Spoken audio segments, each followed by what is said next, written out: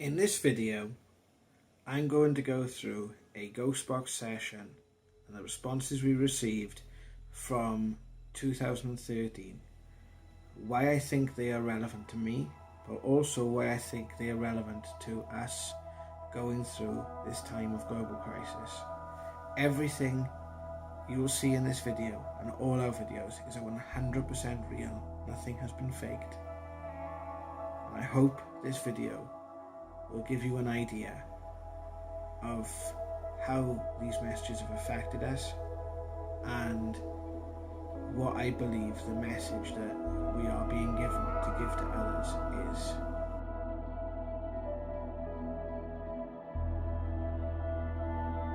These videos are dedicated to the exploration and understanding of spirit communication. The spirit I mainly communicate with is that of my brother Jonathan, who passed away in 1999.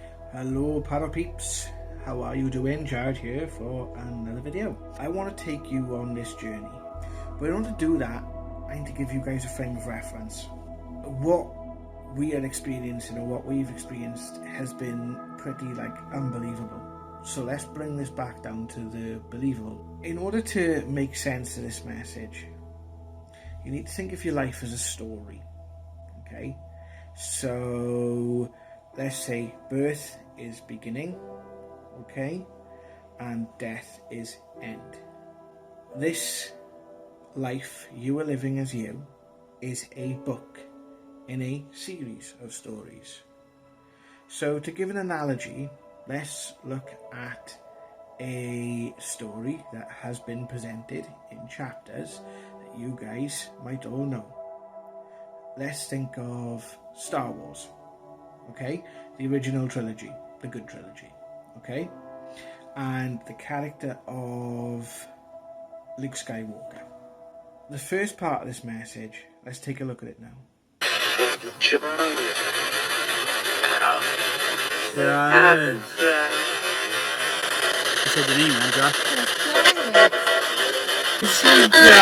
When this message was given to me, I was quite scared, to be perfectly honest with you. I was in a situation that was new to me, and I'd had recently, within a month or two of this message being given, things that happened to me that changed my world. When you go through an experience like that, and as you watching this are probably feeling something very similar given our current circumstances, the world at that point, as I knew it, had gone. I find myself in a very similar position now, because the world that I knew had gone. It has gone. Things will never be the same after this point. So going back to the analogy, okay, of Luke Skywalker, think of him in the first film where he is on his uncle and aunt's farm and kind of blissfully unaware of the lineage of which he is testament to, i.e. the Jedi, okay? And also think of the strands that are happening around him, i.e. the Clone Wars, the downfall of the Old Republic. All these different things are happening to people all around him, but he's just sat there in his farmhouse, alright? And that's what's basically happening to us now. You watching this, you're sat in your house in a lockdown, if you're watching this at the time of recording, and there's all this stuff happening around you. This is invisible enemy that's affecting the way you live your life. It's having a direct impact on you, okay? So that's the point that they were making, is where I was at that time. There were other strands, there were things happening that were one point in my timeline, in my story, are going to affect me, but I am unaware of them as of that point. Now, whether it's the Council of 12, or whether it's my brother, or whether it's Spirit, these people on that side of life are aware of these strands. I know for a fact my brother works with other people. He's not just my guide, he just happens to be my brother, okay? I know he works with others, he's told me.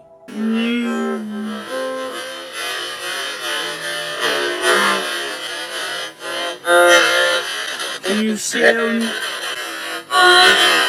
names. Because I thought I heard your name as well. Can you say my name?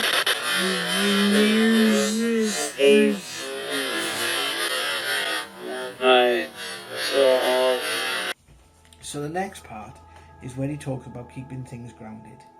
Now there's a lot of people, and this is why there's a lot of controversy with the likes of psychics and mediums and that sort of thing, because it's very ethereal. It's very much, oh, the stars have an impact on our life, or this force which is above us, like God, for example, has an impact on our life, which to a certain point is kind of true. But everything that happens on this realm happens in this realm. Any change that happens has to happen in this realm. Now I'll give you an example, right? Any man-made object that exists in this realm had to be imagined first. It had to be thought of first. So let's bring this back to Star Wars. When you meet Luke Skywalker for the first time, he's very disgruntled. He's very aware that his life is destined for something bigger, something greater, and we're all aware of that to some capacity, whether it's meeting the right partner, getting the right job, or whatever it is, right? To whatever capacity, we are aware to some point that there is something greater than ourselves. And a lot of times, a lot of us can be on autopilot, but it's situations like this that actually start to shake these feelings up in us, okay? But they actually come through, a lot of the time, through trauma, through tragedy, through negativity, and that's the way that we react to it, okay?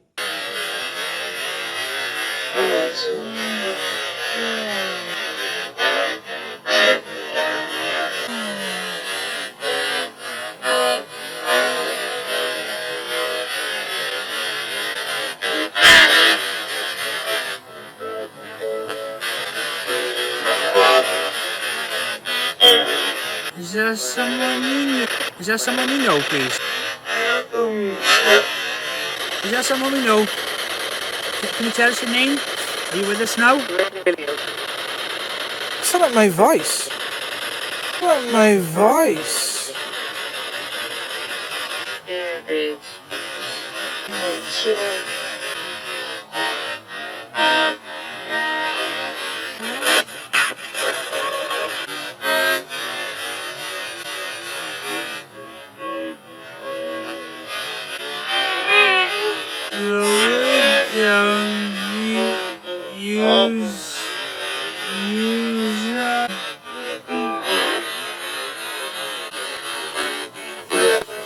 Now, look at where people like Leia and Wedge Antilles and the people in the Rebel Alliance, though they were fighting a really difficult fight, they had each other. They had people that were looking out for them and people that were watching their back.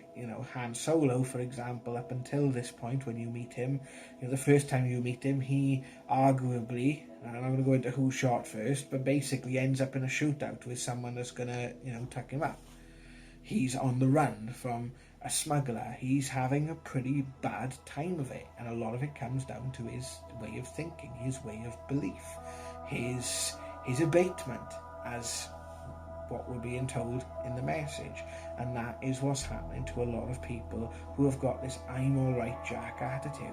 It's the fact when they find they need help, that they are not getting the help they need a lot of the time because their attitude or their belief is not embracing the help that's being offered to them, or they're not seeing it because of that belief. And that's kind of the stage of sort of waking up sort of comes to. Can you communicate with us, please?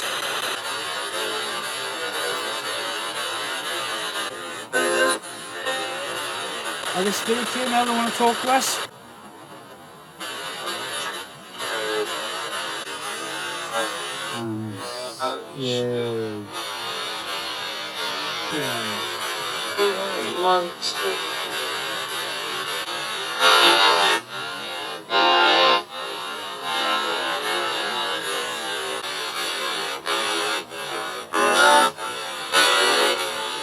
Do you need our help?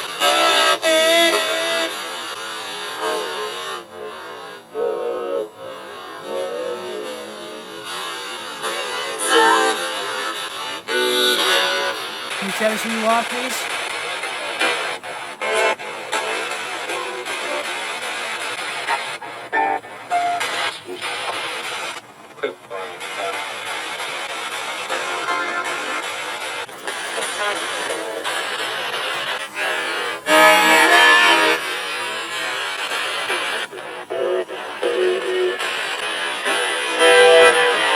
In order to understand this, and this is what I was being told, I had to go on a journey. The belief mechanisms that I had in my life had to break down. They had to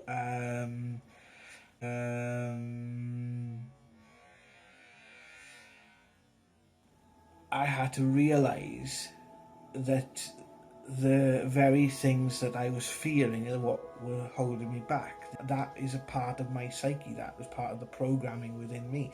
That was what was holding me back. So you can sort of draw a parallel to the journey that sort of Luke goes on when he meets Yoda, for example, and Yoda says to him, "Do or do not, there is no try."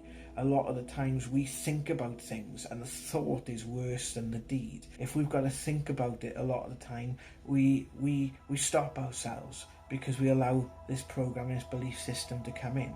In order to uncover these strands, and it's not just for me, it's for all of us, we had to go on a journey. In the Star Wars story, it's a physical journey. Luke goes and meets he rescues the princess, and he ends up with the Rebel Alliance and blows up the Death Star, and then he ends up meeting Yoda, and he realizes that Darth Vader is his father, and eventually he realizes that he has to act within love in order to save his friends and the people he cares about. He has to face his worst fear. Draw your attention to the very telling scene is the scene in Empire Strikes Back, where he faces himself in the cave and he sees Darth Vader as himself. He has to face the darkest parts of himself, which are manifested as his father. We are all manifestations of each other. What we see in each other is our viewpoint of a person. So if I see a person walking down the street, my judgment of them is not based on them, it is based on me, on my experience. Oh, this person has blonde hair. People with blonde hair were nasty towards me, so this person's going to be nasty. This person is a different nationality to me. I don't understand this person, so because they speak a different language, and that creates barriers, and it creates all these different things that arise within us. And this is what sort of started to break down. The journey that I went on was an inward journey, but still it created within me a realization of the links I have, and the biggest one being my brother, being that he was still very much a part of my life.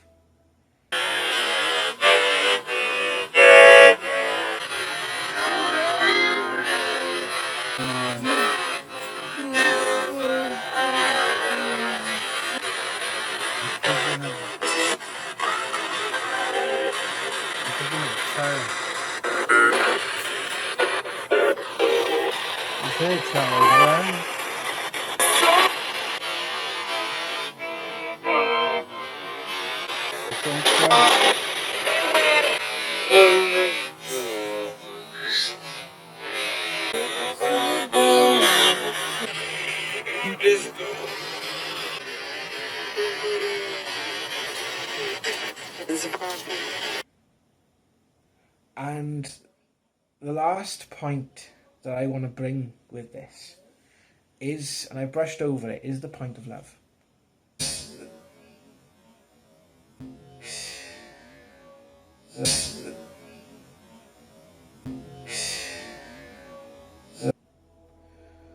What I believe he's trying to tell me in the overall overarching part of this message is, in order to understand love, we have to let go. I couldn't do this work. I couldn't speak to you guys. I couldn't go on this journey if I couldn't get past the fact that my brother isn't physically here.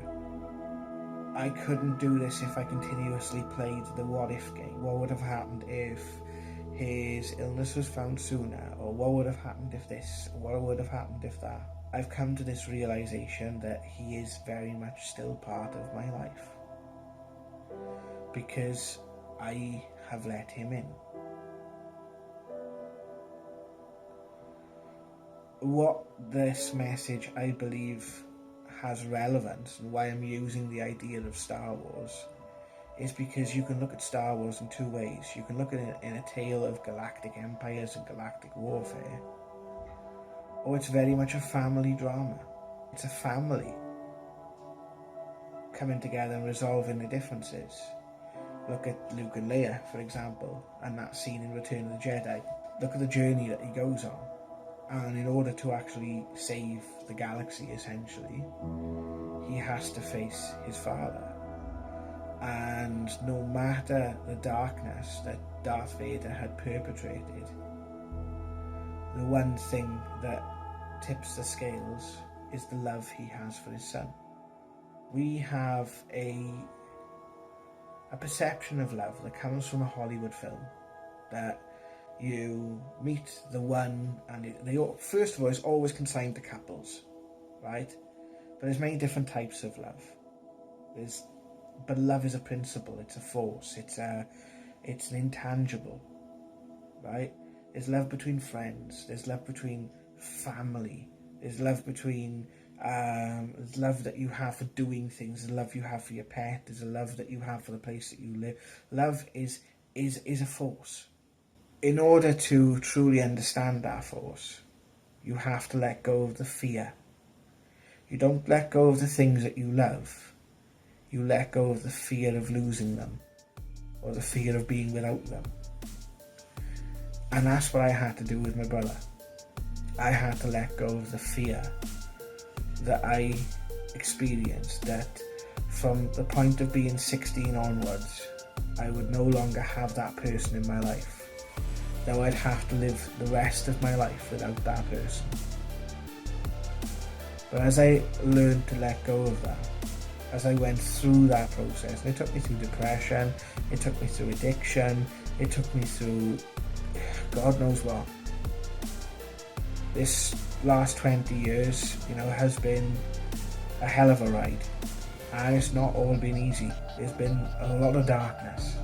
And there still is. I'm still facing my fears. I'm still going through that process. And until I realise what those fears are, you just have to survive it until you can understand it. But every time I've let go, that love has always come back to me, because I'm no longer looking for it. It's there. It's part of me. And it's in letting go. It's in saying, okay, I can't control this. So let's not even try. Let's just put that thought out to the universe, that I want to be loved, and I want to love. And through that's when you find, just that one thought, that one change in thought, that's when you find that things can change. I'll leave that with you guys. Thank you very much for watching this video, and may the force be with you.